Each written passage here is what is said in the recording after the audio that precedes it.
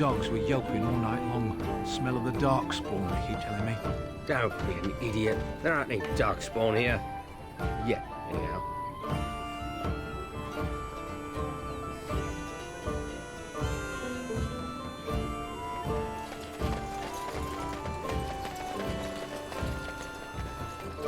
So, this thing you and him have going, doesn't that violate your vows? What? What kind of question is that to just blurt out? What do we have going? Yes, I'm that blind. I so totally did not see you ogling each other before. He was not ogling me, was he? Was he really ogling me? Now that you say it, I'm not sure. Maybe he wasn't ogling you. I don't know. I could always ask him. You can't do that.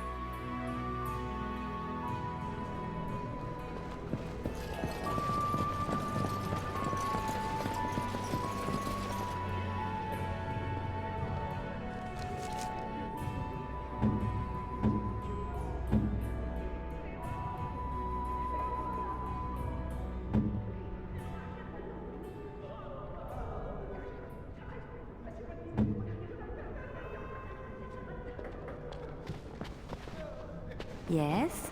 Something you need? Yes? What's on your mind? Where did you hear this? And did you not think that this could be historical fact and no longer true? Not all minstrels are spies.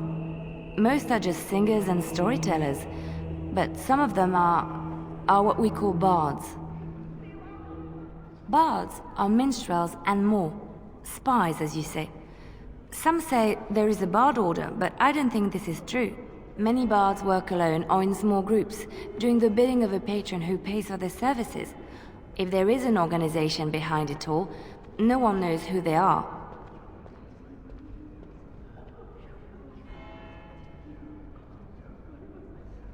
Some do. Mostly, it is nobles spying on other nobles. In Orlais, there is much rivalry amongst the highborn. They fight over land, influence, and the favor of the Empress. But they cannot do this openly because it is impolite, and in public, they wear smiling faces and pretend to be civil. In secret, they plot and scheme to destroy each other. It is a game completely meaningless to anyone but its players.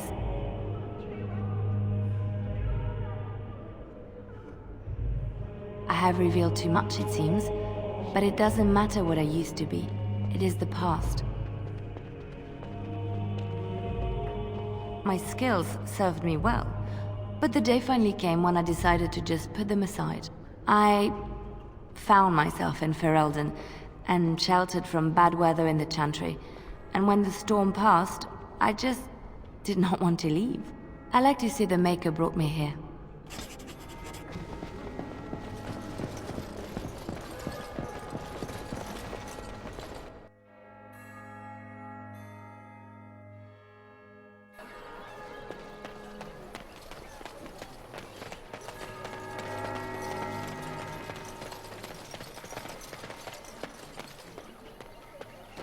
So let's talk about your mother for a moment.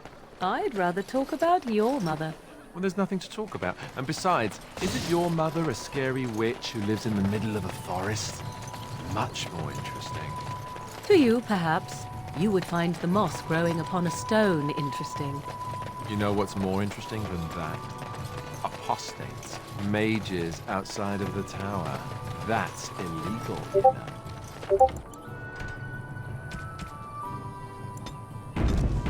Books up. Where did you? I hope the small letters did not strain you over. Not talk about your mother. That works for me. Away with you, foul creatures! Leave us alone!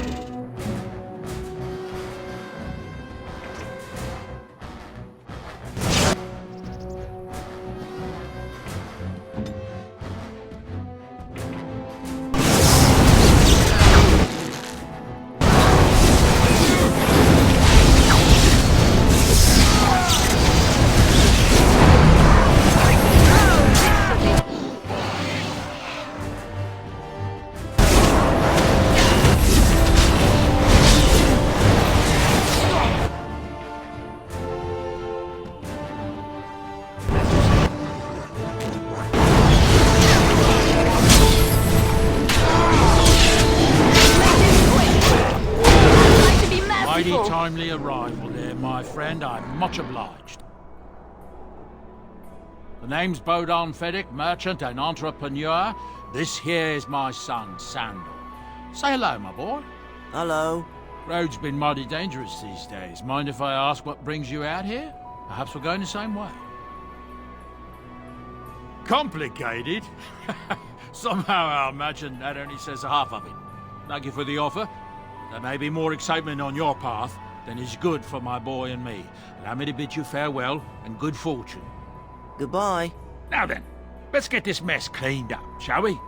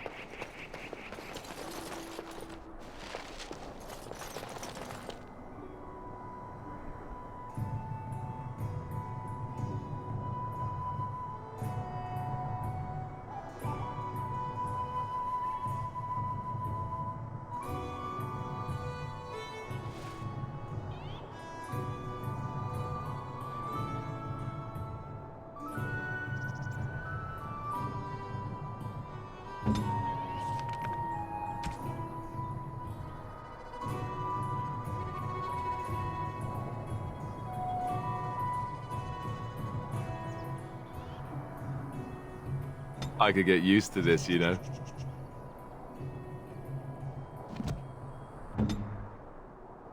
Very well.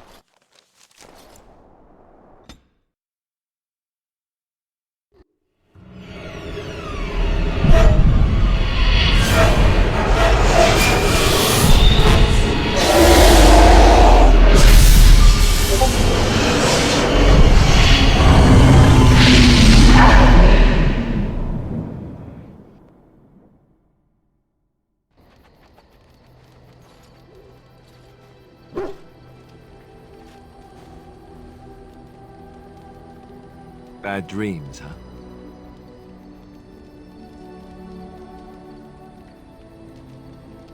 Well, it is real, sort of.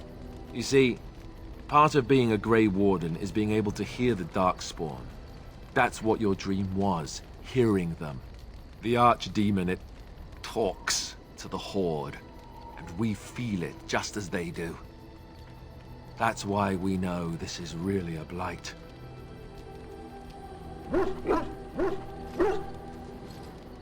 He did. He said he felt the Archdemon's presence. Everyone just assumed he was guessing. It takes a bit, but eventually you can block the dreams out.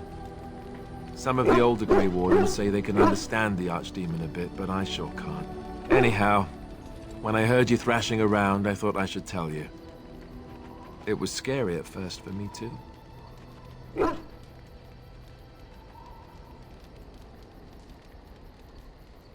That's what I'm here for. To deliver unpleasant news and witty one-liners. Anyhow, you're up now, right? Let's pull up camp and get a move on.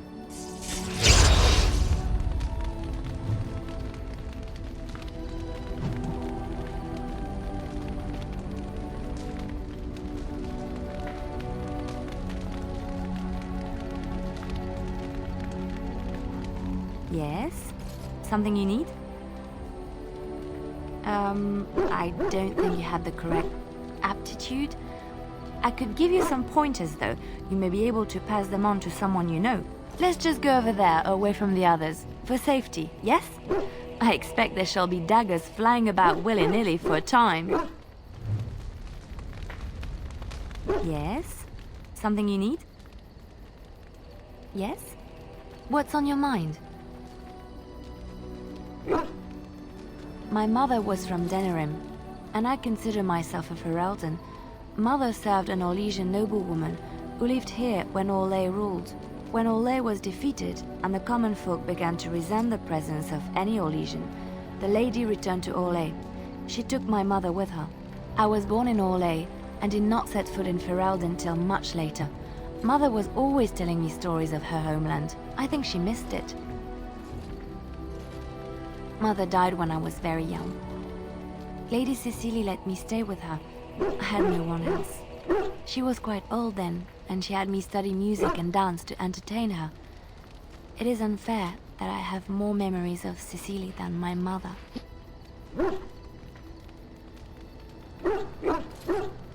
Strangely, the only thing I really remember of Mother was her scent. She kept dried flowers in her closet amongst her clothes. Small white Ferelden wildflowers with a sweet fragrance. Mother called them Andrastis Grace. They were very rare in Orlais. But enough about that. Let us move on. Yes? Something you need? Yes? What's on your mind? I miss Val Royeaux. Unlike other cities where the people are the lifeblood and the character, Val Royeaux was her own person, and her people little more than decorations. There was always music in Val Royeaux, streaming from the many windows, quiet refrains and triumphant choruses, and always, floating above that all, the chant, coming from the Grand Cathedral. It was magnificent. Oh, it would take me a day or two to talk about the many splendors of Orlais, her golden fields, her lush meadows. Of course, there are good things and bad things about Orlais, like anywhere else. Sometimes I miss it dearly, and sometimes I'm glad I'm rid of it. And you will laugh at this, but I miss the fine things I had in Orlais.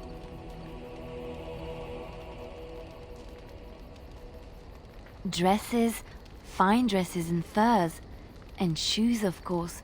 One can't mingle with nobility with bad shoes, you see. Orlais is very fashionable, almost ridiculously so. But the shoes, living with those ridiculous trends was worth it for the shoes. Well, they're shoes. They're pretty. Some of them anyway. When I left Orlais, the fashion was shoes with delicate tapered heels and embellishments in the front. A ribbon, perhaps, or embroidery. In soft colors, of course. It was spring. I had my eye on a pair my shoemaker was working on. It was covered in pale blue silk, with amber beads on the toe. The shoes made in Orlais were exquisite. Not at all like these clunky fur-lined leather boots you have in Ferelden. Ugh, just look at them.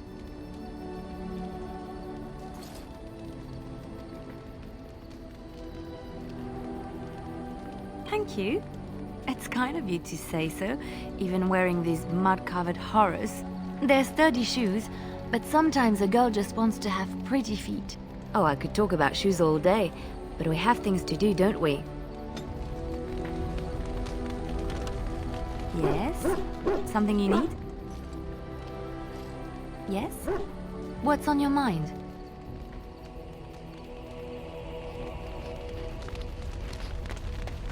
What do you need? Ask away. I suppose I could, but I really would rather not. When the Grand Cleric let Duncan recruit me, she made me swear never to reveal Templar secrets outside of the Chantry. I'd rather not go back on my word.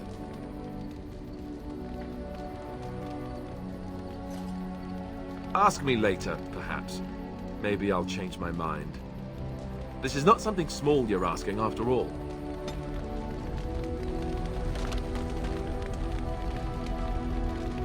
What do you need? Ask away. Such as they are. That's a good question. There's plenty in Orlais, but who knows where they might be found. And the nearest Orlesian city is weeks away. If we go north and cross the sea, there's bound to be some in the Free Marches. Again, however, I just don't know where. I don't know anything about Grey Wardens in other lands. Here in Ferelden, there's our compound in Denerim at the palace, but that's it. Loghain will have control over that and be watching it, no doubt. Beyond that, the only place I know of is Weishaupt Fortress. That's the headquarters of all Grey Wardens in the Anderfelds, 1,000 miles from here. But I've no idea how to even contact them. So unless we try to get back to the compound in Denerim, I suppose the answer is no. There's nowhere for us to go. I mean, eventually we would have to use the joining to make more Grey Wardens, right? But I don't know how to do the joining, or what's involved. I know it involves lyrium and some other magic, and that it's really difficult to prepare, but that's it.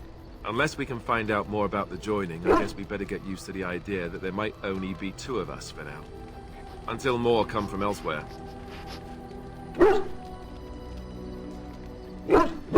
I imagine that eventually the Grey Wardens outside of Ferelden will wonder what's happened. Why there's no contact from Duncan or someone. They'll send someone eventually. Though who knows what Loghain's people in Denerim will tell them. Maybe they won't send anyone. We could try to contact them. But that would mean leaving Ferelden, and even if we did, they couldn't come back with us in time to stop the Blight. So that means whatever happens, it's up to us. About the Grey Wardens, anyhow. Fair enough. What do you need?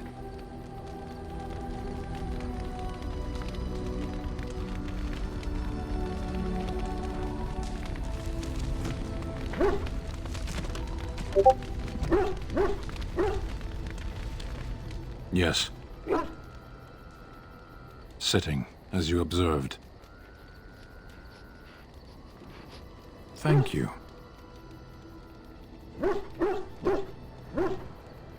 I did. Parshera. Was there anything else? I am hardly surprised. To answer a question. The Arishok asked what is the Blight. By his curiosity, I am now here. The one who commands the Antam, the body of the Kunari. Kunari have no kings.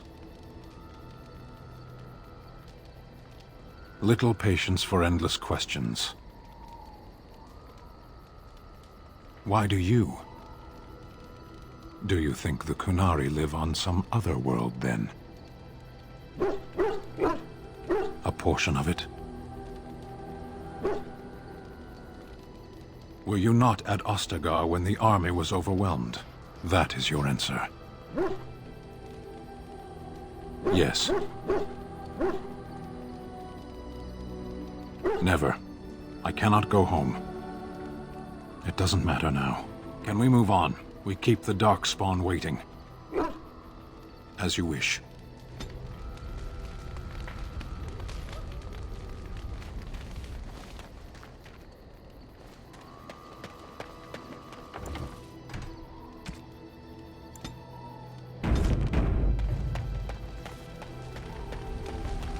I await your command. We are in camp, so 'tis as good a time as any. I am here because Flemeth commanded me to aid you. Why? Do you wish me to leave? I can do so if you prefer.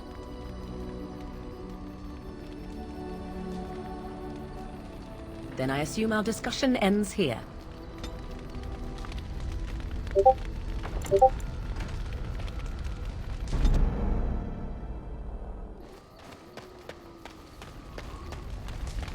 I await your command. So, full of questions, are you? By others, do you mean yourself? Then I shall teach you what I can whenever we are in camp, provided you have the will to even make the attempt, that is. I await your command. So, full of questions, are you? You are very cute to ask so many questions.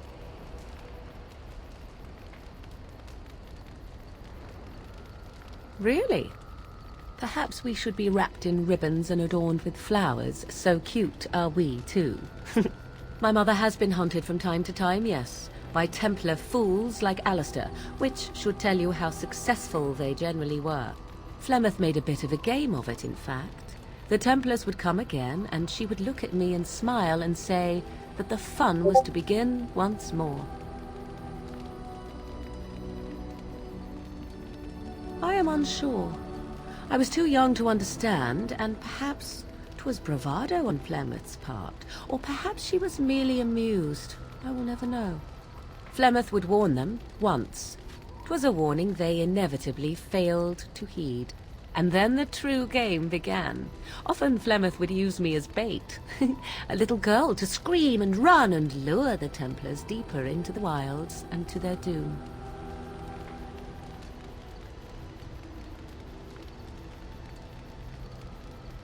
Me? No, I never did any of the killing, until later. And even then, Flemeth was a glutton for that sort of thing. Thankfully, the wilds is a vast place. Once they found us, Flemeth would simply move us elsewhere, and we would be lost within the forest once again. I did not understand the danger we faced until I was much older. I had never heard of apostates or maleficarum.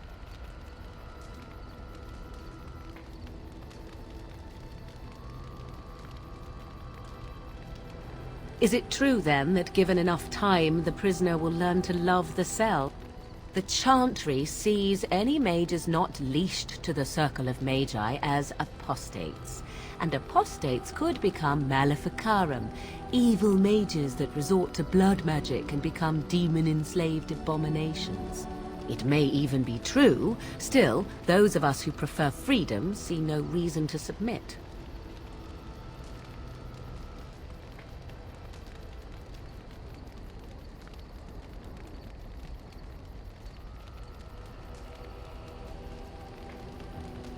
I will note that we only ever defended ourselves, but if they wish to come for us, certainly. Enough of this talk, let us return to the task at hand.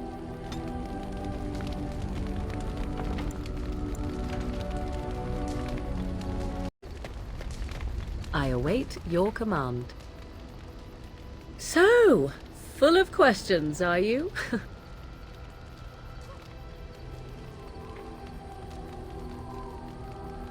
By others, do you mean yourself? Then I shall teach you what I can whenever we are in camp, provided you have the will to even make the attempt, that is.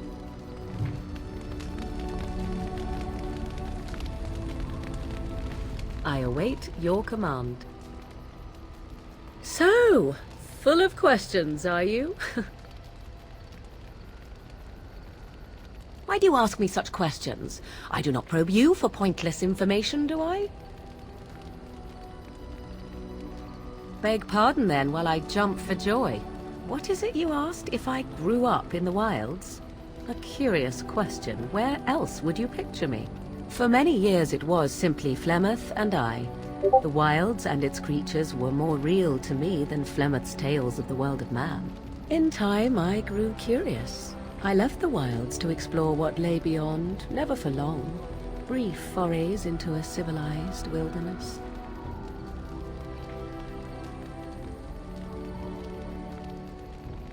For the most part, Flemeth taught me well. For all that I had been taught, however, the truth of the civilized lands proved to be overwhelming. I was unfamiliar with so much. So confident and bold was I, yet there was much that Flemeth could never have prepared me for. Equal parts daring and foolhardy, perhaps. Only once was I accused of being a witch of the wilds, and that by a chastened who happened to be traveling with a merchant caravan. He pointed and gasped and began shouting in his strange language, and most assumed he was casting some curse upon me. I acted the terrified girl, and naturally, he was arrested.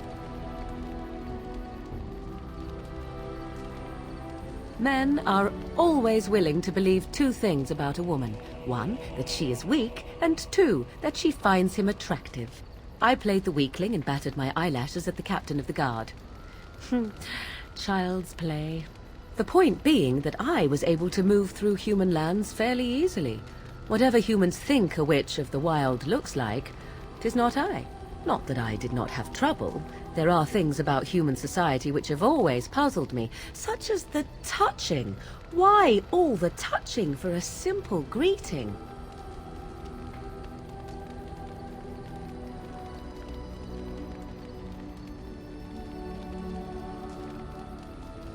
To begin with, yes. What is the point of touching my hand? I find it an offensive intrusion.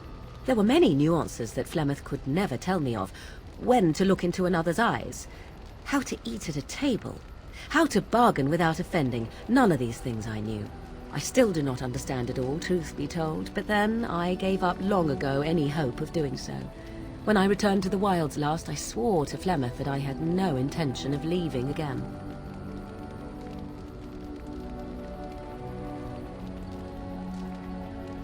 You are a fine one to be pointing out the humor of fate. Shall we examine your predicament on the whole? Let's not. Me? I prefer the jest on me to the jest on you. Well, let's get on with it before the ground opens up and swallows us, yes? Yes?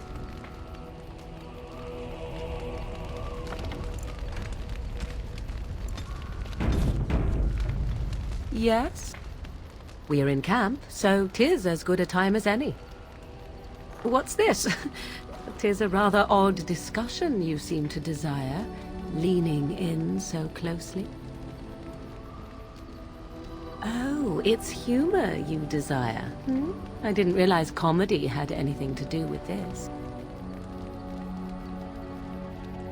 How true. Let us do it right, then.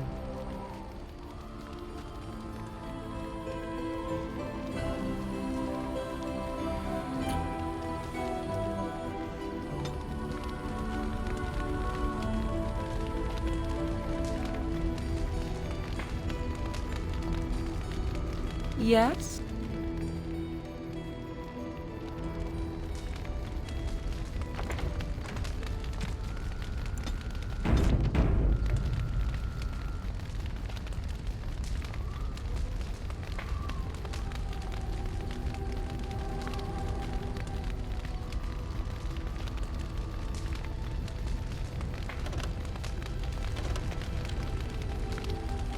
Yes? We are in camp, so 'tis as good a time as any.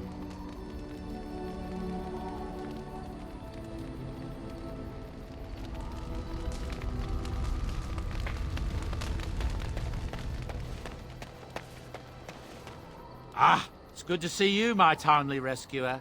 Bodon Fennick, at your service once again. I saw your camp and remember the kind offer that you made the last time we met. And is there anywhere safer for a poor merchant and his son to sleep? I think not.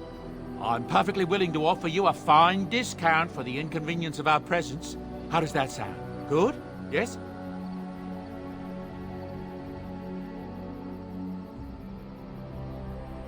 Anything, everything, but all of the finest quality. No cheap trinkets here. And my boy Sandal happens to be a bit of a hand with enchantments. Oh, yes. Sadly, it also makes us a target for bandits and the like. If there were spare hands to hire as guards, I would have done so long ago.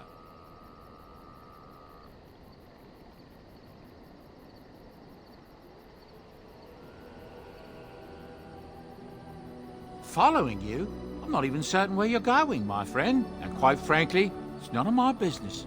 Trust me when I say that my encountering you here was serendipity and nothing more. I travel a lot, so I'm bound to meet everyone on the road eventually. If you prefer, I'll take my boy and be on my way. But regretfully, you're the safest spot on this road, without a doubt. I'm sure you'll be pleased with the goods my boy and I have collected, and with your discount.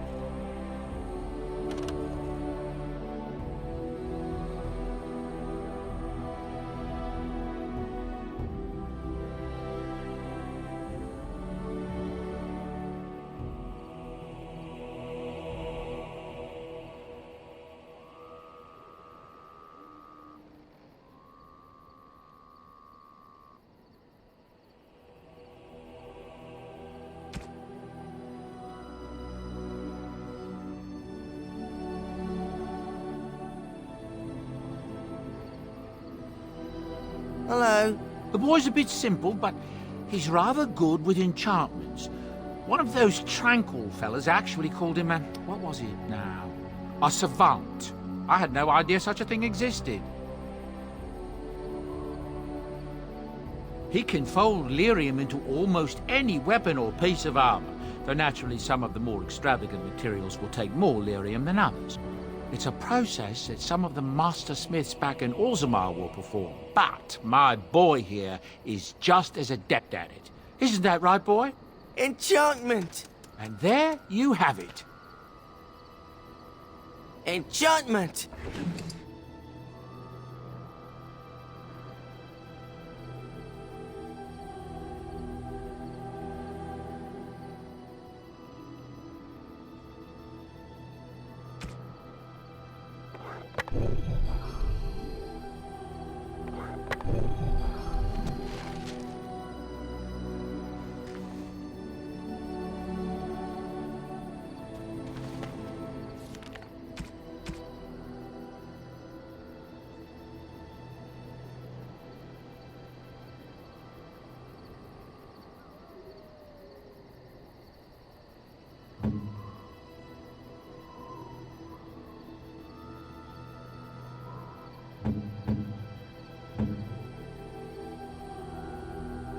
I am grateful.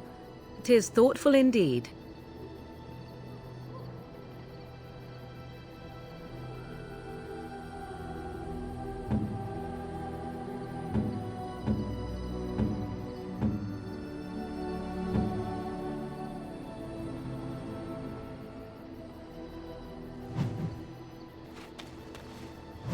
If there's anything I can do for you, please tell me. I'm sure you'll be pleased with the goods my boy and I have collected, and with your discount.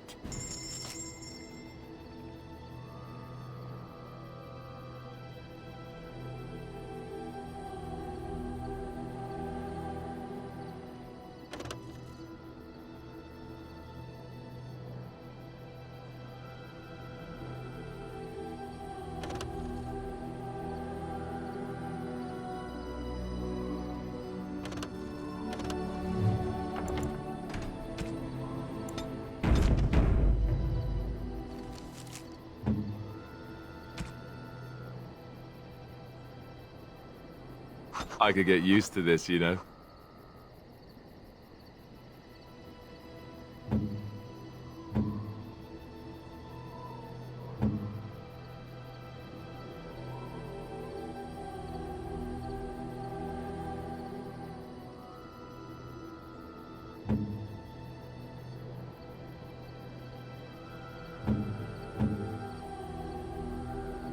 I am impressed.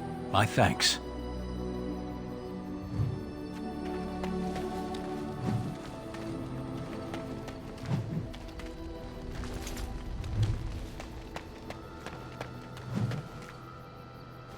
If there's anything I can do for you, please tell me. I'm sure you'll be pleased with the goods my boy and I have collected, and with your discount.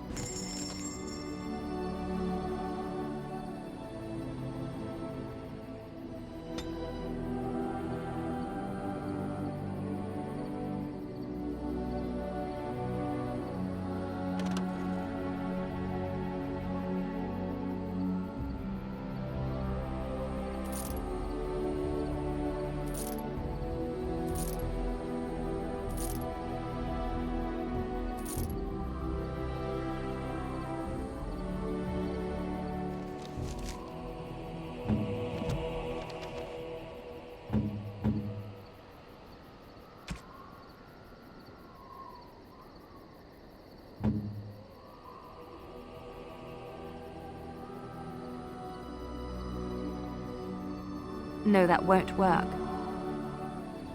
No, that won't work.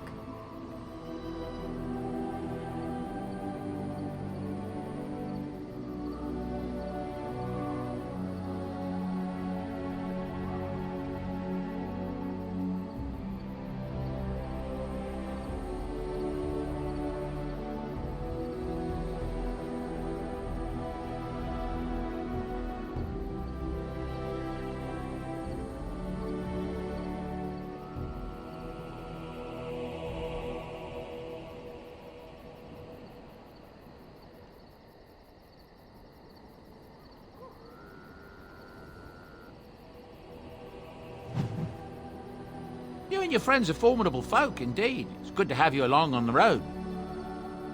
Well, if you're really interested, I suppose it wouldn't hurt to tell you. I am originally from Orzammar, the famed dwarven city that lies beneath the stately Frostback Mountains.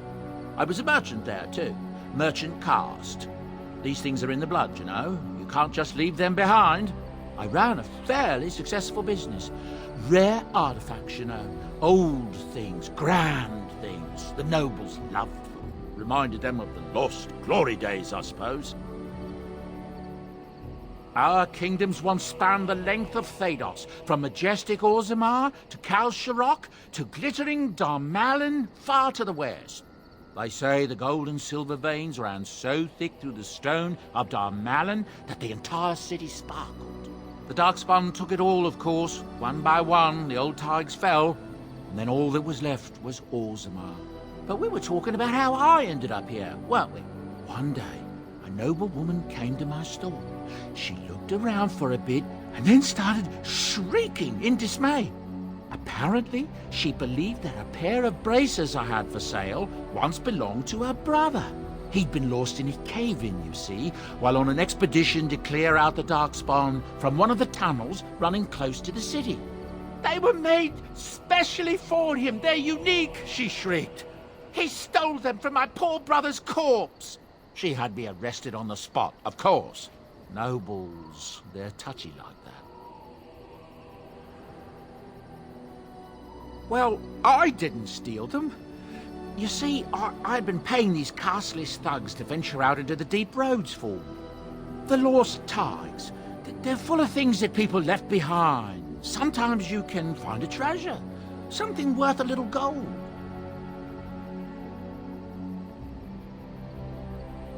The noblewoman, she wasn't too happy with the theft of her brother's braces.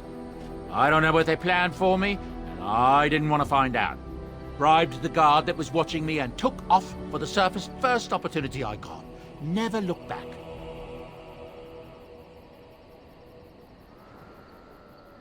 You're quite welcome. Now, is there anything the boy or I can get you? Some folks aren't happy about Tyrn Loghain being named regent. There are rumors he had something to do with the king's death. Isn't that the most ridiculous thing you ever heard? The Darkspawn killed him, sure enough. If Tyrn Loghain couldn't save the king from that inn, then nobody could. That's what I've heard on the road, anyhow. Take it for what it is.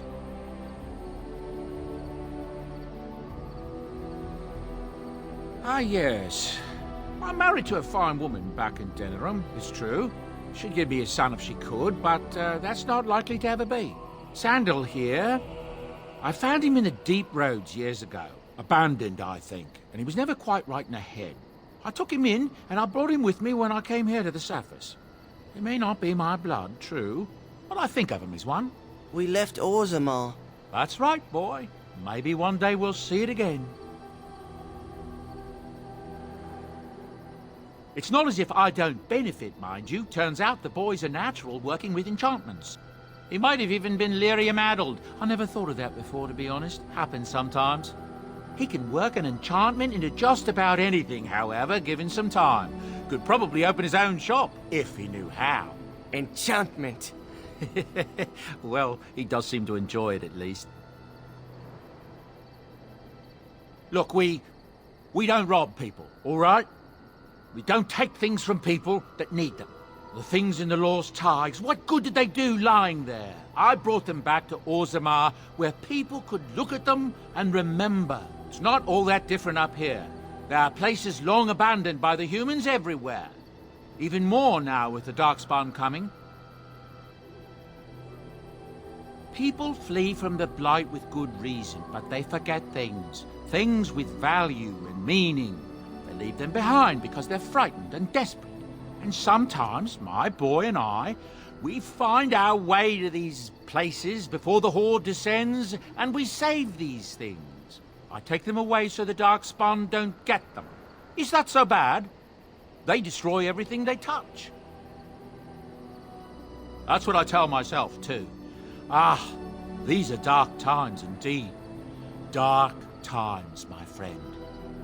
I'm sure you'll be pleased with the goods my boy and I have collected, and with your discount.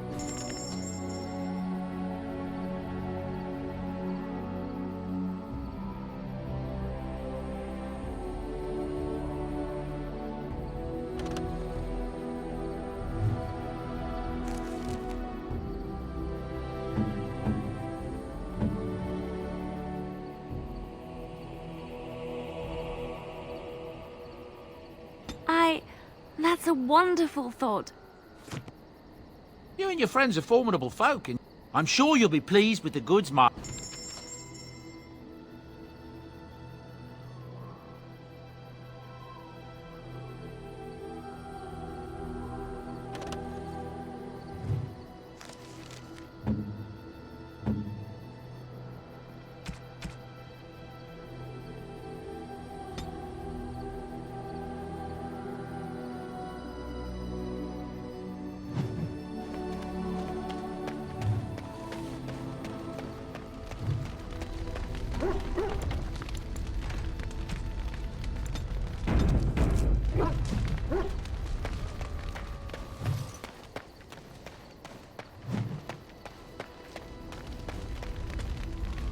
It's cold in my tent, all alone.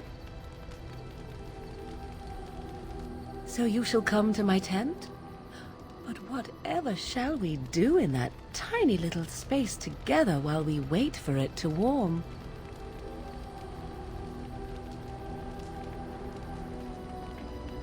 Good. Then let us waste no more time with foolish talk.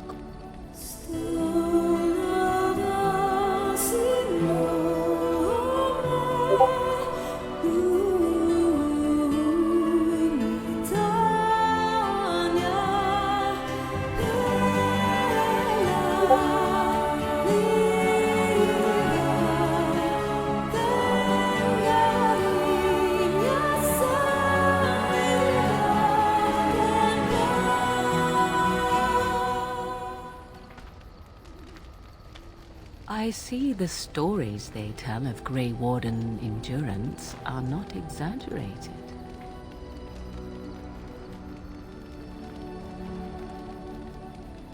Not at all.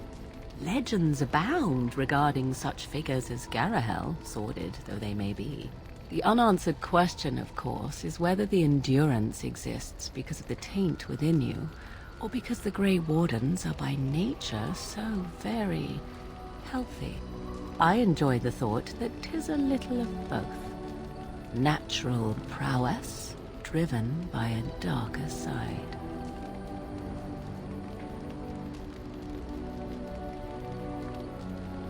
That is entirely up to you. Simply know that I have no designs on your independence.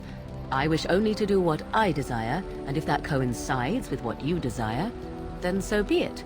And should you decide not to continue our misadventure, then so be it. Very simple, is it not?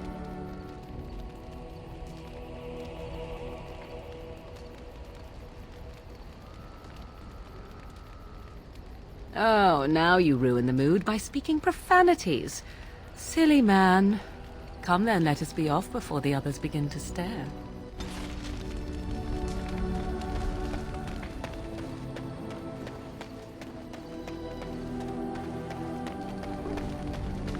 I enjoy the nights at camp. The night always seems more peaceful to me, safer. I feel the night grants us a reprieve from the troubles of the day. Silly, isn't it? The Darkspawn never sleep, and they lurk in the shadows. I enjoy those nights when we stand guard together, talking to pass the time in those small hours. Well, I talk and you listen mostly. Sometimes I succumb and fall asleep and wake to find you still watchful, and I know you're watching out for me.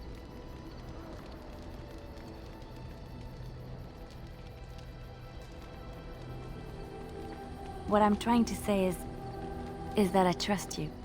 I'm comfortable around you. I know you'll be there when I need you. You are our leader and my friend, and sometimes I think that maybe we could be more than that. Maker, look at me stumbling over my words like an ill-educated peasant girl. Some bard I am. I'm not embarrassed. I'm just flushed because of the heat.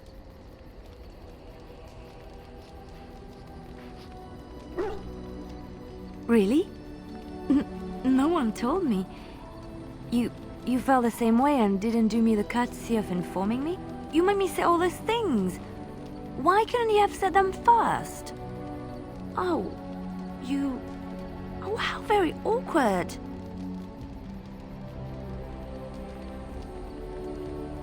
Oh, chivalry is so dead, making the lady spill her guts like that.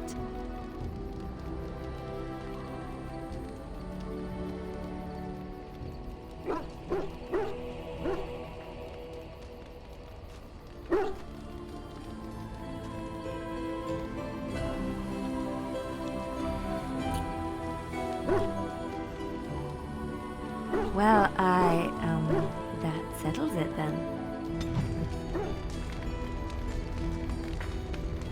The stars are out.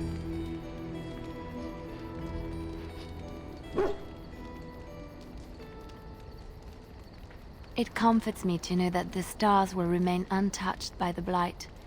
That whatever happens down here, they will shine eternally, their light undimmed. There is a story about that cluster of stars over there. Do you know it? Elindra and her soldier? A long time ago, there lived a fair maiden called Elindra. She had many suitors, but spurned them all, for she did not love them. One day, Elindra was sitting by her window in her father's castle, singing and dreaming, when her lovely voice caught the attention of a young soldier. Entranced by her song, the soldier drew near to Elindra's window. As their eyes met, he fell in love with her, and she with him. When Elindra told her father about the man she had chosen, he was furious, for Elindra was high-born, but her love nothing more than a common soldier.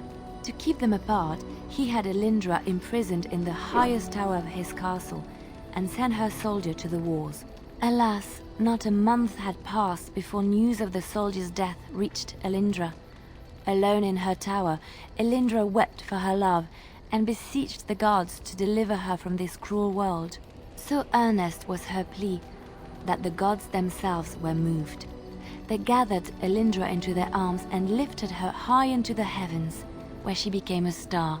The gods also raised up the soul of Elindra's soldier love, and there he dwells, across the horizon from her. The band of stars between them is a river of Elindra's tears, cried for her lost love. They say that when Elindra has cried enough, she will be able to cross the river to be reunited with her soldier.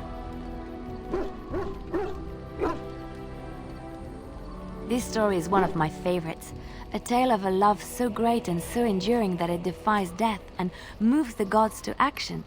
Sometimes I ask myself, does such a love exist? Can it exist?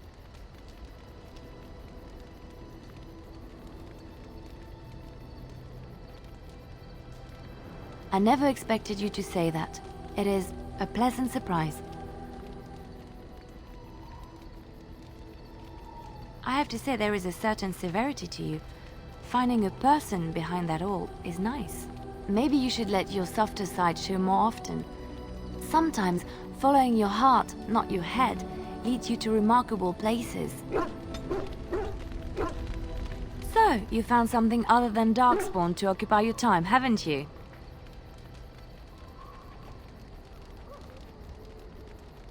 You and Morrigan are... I saw her going into your tent last night. I didn't think she was there to tell you a bedtime story.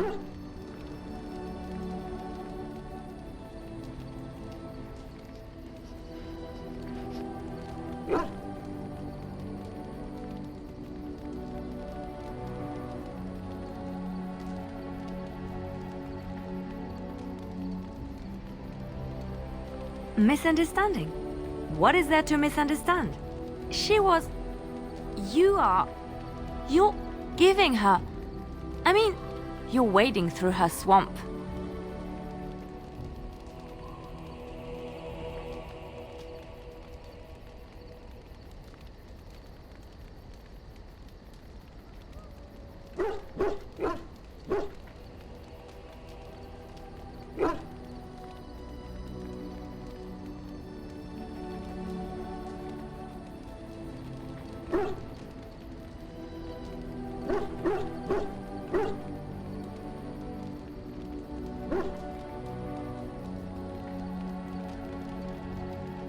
Your relationship might affect our entire group, don't you think?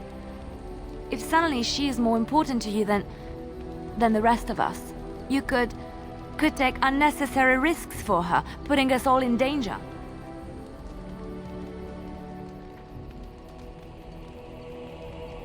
So you're just playing with her then? How gentlemanly of you.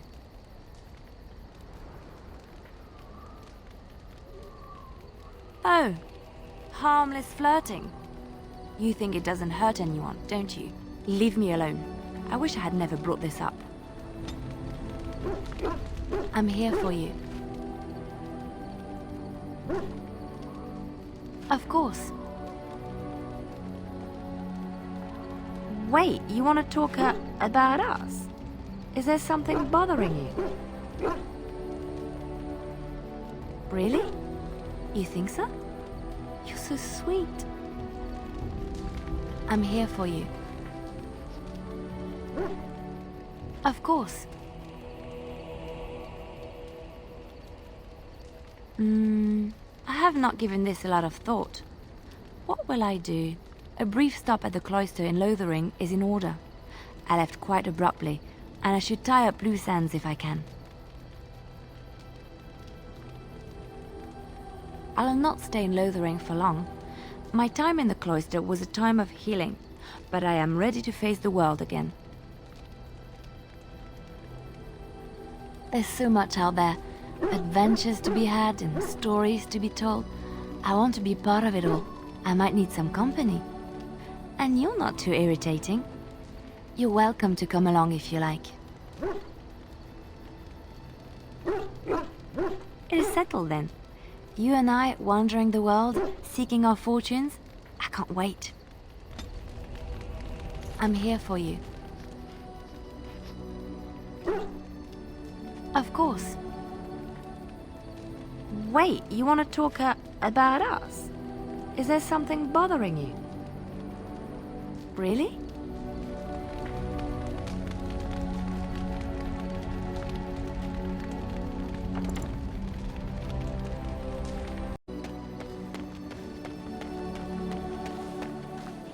You and your friends are formidable folk, indeed. It's good to have... I'm sure...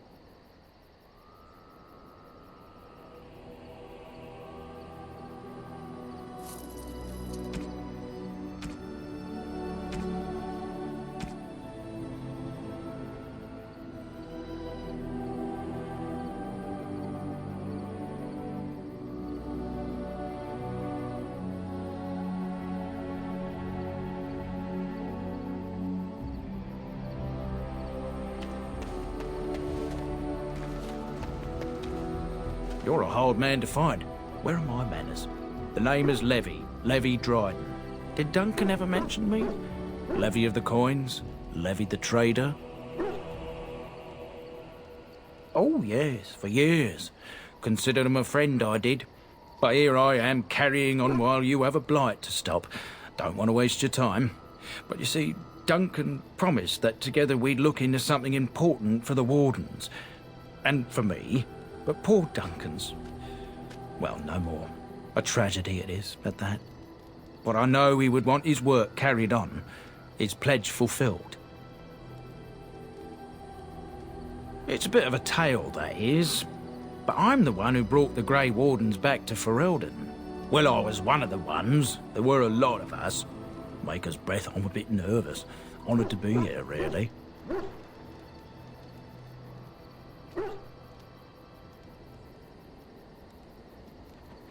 After King Marek freed us from the Orlesians, the Grey Wardens begged the King's permission to come into Ferelden, some sort of internal business. Me and a mess of other Warden sympathisers spoke on behalf of your order. Tan Loghain was very much against letting Orlesian Wardens in the kingdom, but Marek, Andraste, bless him, was a fair-minded monarch and he let them in. So that's why I was there when the Wardens and their leader, Genevieve, presented herself to the King. The first Wardens in Ferelden in over a century. Proudest day of my life, that was. Duncan was a bit of a scamp back then. We were of an age and struck up a friendship. The King himself went with the Wardens on their mysterious business. When he returned, he rescinded King Ardland's decree, and the Wardens came back to Ferelden for good.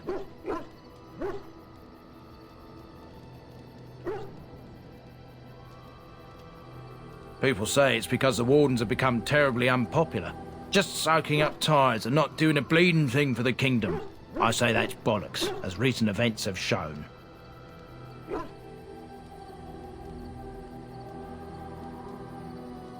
Marek was a bit of a visionary, a powerful mind, that one. In his travels with the Wardens, he must have seen how important their cause was, and been moved by it.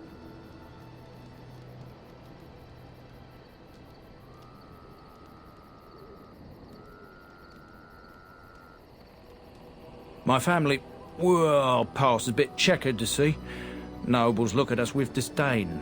My great-great-grandmother, Sophia Dryden, was the last Warden commander of Ferelden back when the Wardens were known as freeloaders. So King Arland banished the Wardens and he took House Dryden's land and titles.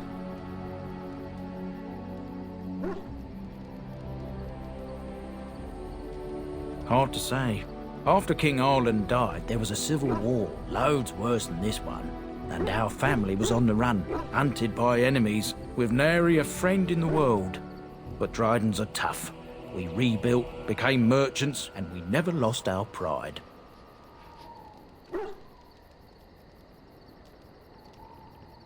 Our family's only crime was guarding the kingdom against the Blight. We're not ashamed of that. I ask for the truth. My family reveres Sophia Dryden. We know she died at the old Grey Warden base, Soldier's Peak. We want evidence to clear her name. It won't restore our land or our titles, but it'll restore our honor.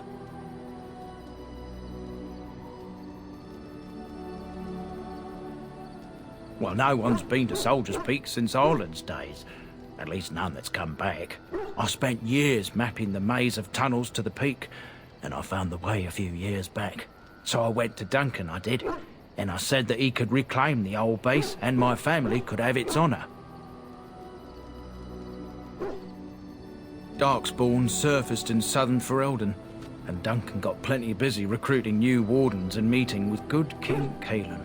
Duncan said he would help after the Battle of Ostagar. Said there might be useful things at the peak, but he never had the chance.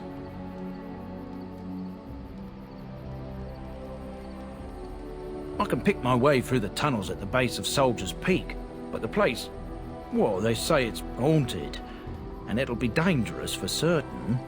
Will you think on it at least?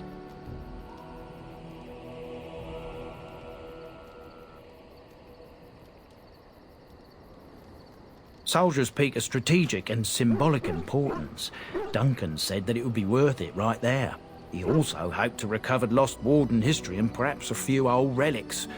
No one knows what's up there now. 1,000 blessings upon you, Warden. I'll mark down the location on your map. When you arrive, we'll pick our way through the tunnels together.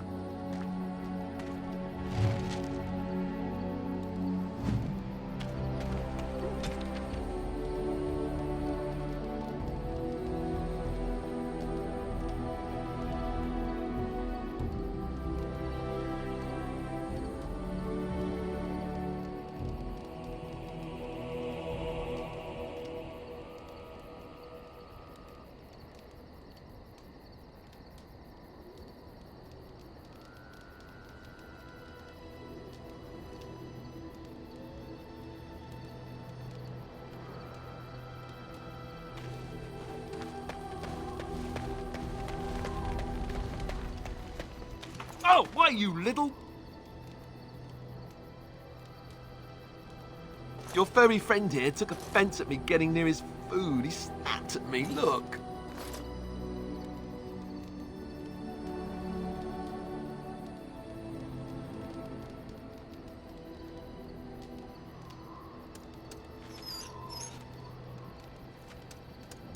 Sometimes I forget that he's a war dog. That'll teach me. I once heard a really old legend about how the Hound warriors in the days of the old tribes would feed their Mabari the flesh of the vanquished. Well, that's what I heard anyway. It would sometimes be human flesh. Oh, like you can tell the difference. For all you know, maybe you've already been fed something. Someone.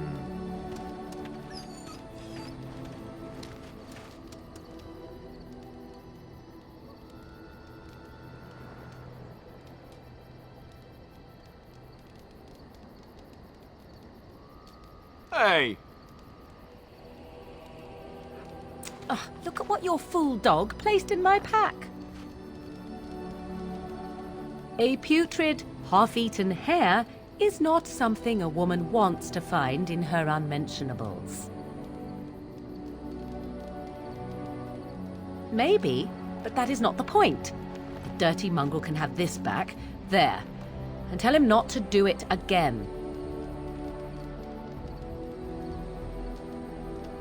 I just did.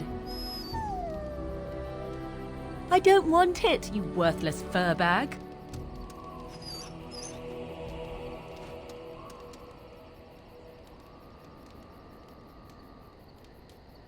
Oh, he's just trying to be manipulative, I can tell. I do it too.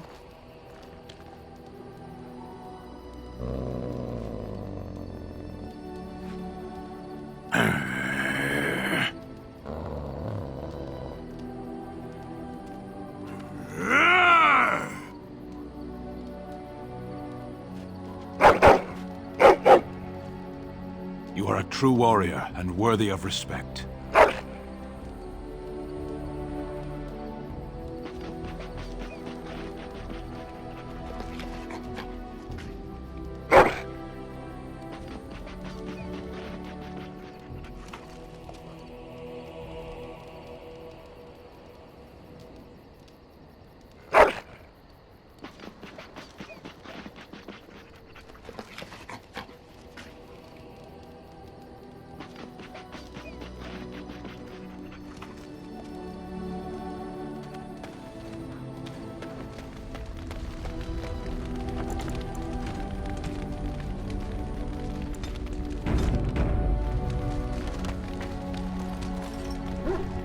Something on your mind?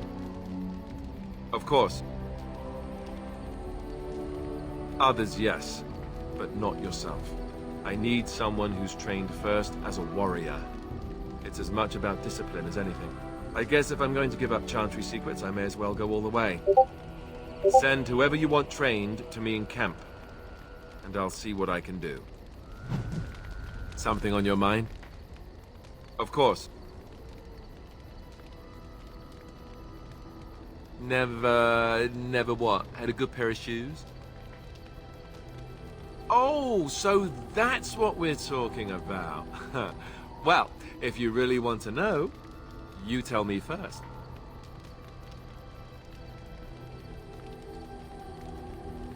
And apparently you have no shame as well. Well, all right, I'll play along. I, myself, never had the pleasure. Not that I haven't thought about it, of course. But, you know.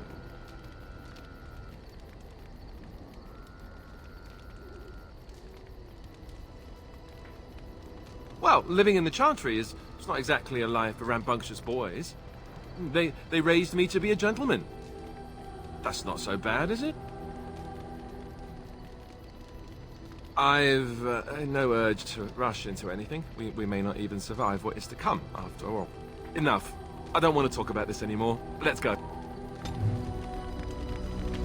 Something on your mind? Of course. You mean other than becoming a Grey Warden?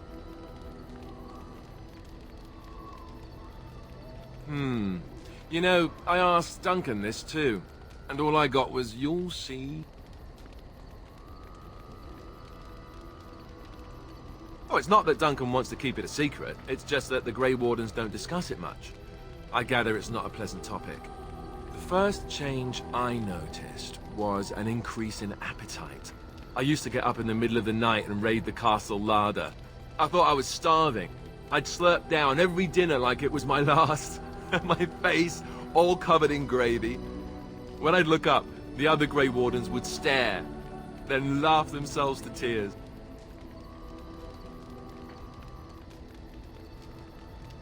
More like an initiation. They all went through it too. Oh, and then there were the nightmares. Duncan said it was part of how we sense the Darkspawn. We tap into their, well, I don't know what you call it, their group mind.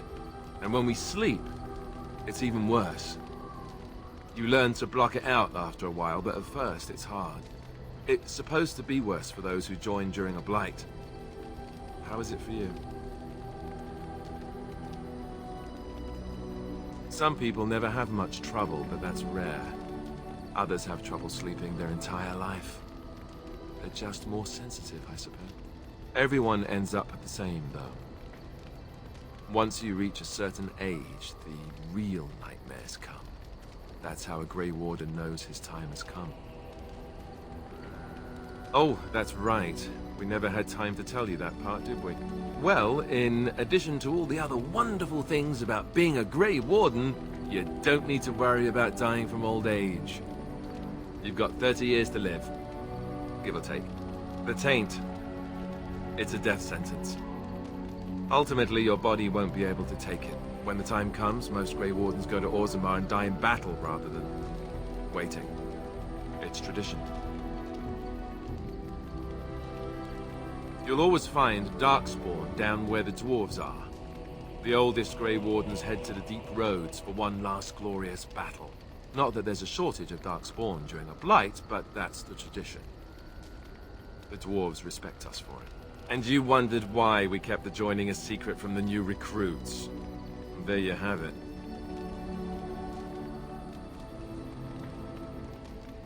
You know, Duncan, he started having the nightmares again. He told me that in private. He said it wouldn't be long before he'd go to Orzammar himself. I guess he got what he wanted. I just wish it had been something worthy of him. I know. Ending the Blight should make this all worthwhile, right?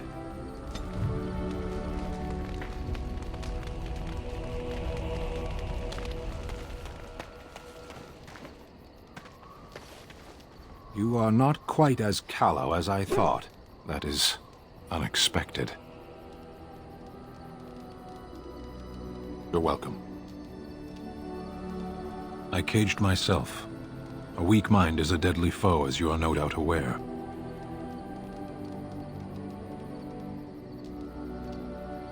I did. Is it a human saying, no good deed goes unpunished? They saved my life. You could say that. Had they not shown me compassion, they would still live. I came to your lands with 7 of the Beresad, my brothers, to seek answers about the Blight. We made our way across the Ferelden countryside without incident, seeing nothing of the threat we were sent to observe.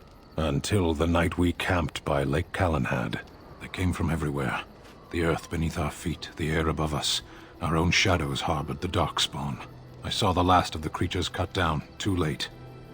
I fell. I am told no others survived.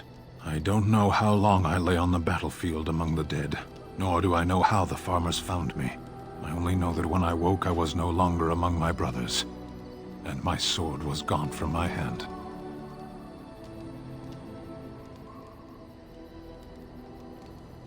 Perhaps. I searched for it, and when that failed, I asked my rescuers what had become of it.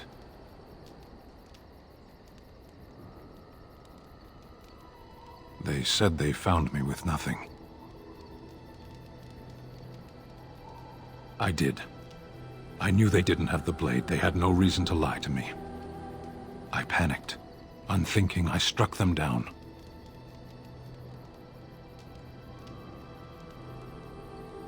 That sword was made for my hand alone. I have carried it from the day I was set into the Beresad. I was to die wielding it for my people.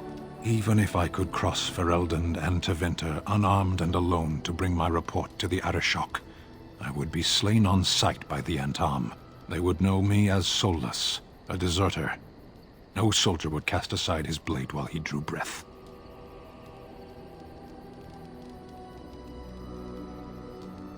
If I knew where to look, it would be in my hand now. Near Lake Calenhad. Perhaps those words are empty, but thank you all the same.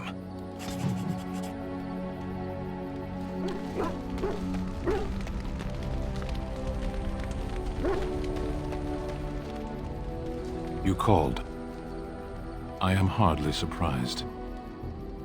To put it lightly, no one has a place here. Our farmers wish to be merchants. The merchants dream of being nobles, and the nobles become warriors. No one is content to be who they are. What does that accomplish? The farmer who buys a shop is never a merchant. He is always a farmer turned merchant. He carries his old life with him as a turtle carries its shell.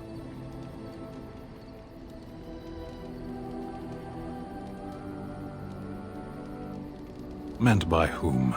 And if that were indeed his purpose, why did that mysterious source of meaning not make him so to begin with?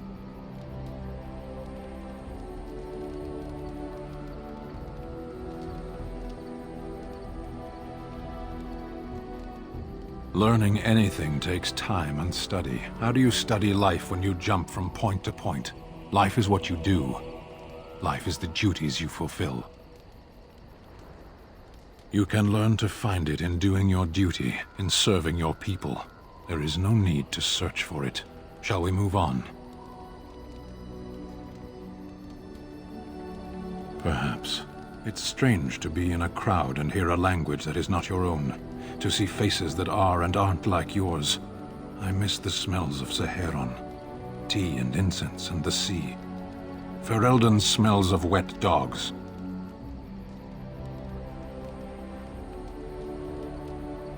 There is interesting food here. You have a thing. It doesn't have a word in the Kunari tongue. Little baked things like bread, but sweet and crumbly. Yes, we have no such things in our lands. This should be remedied. Shall we move on? As you wish.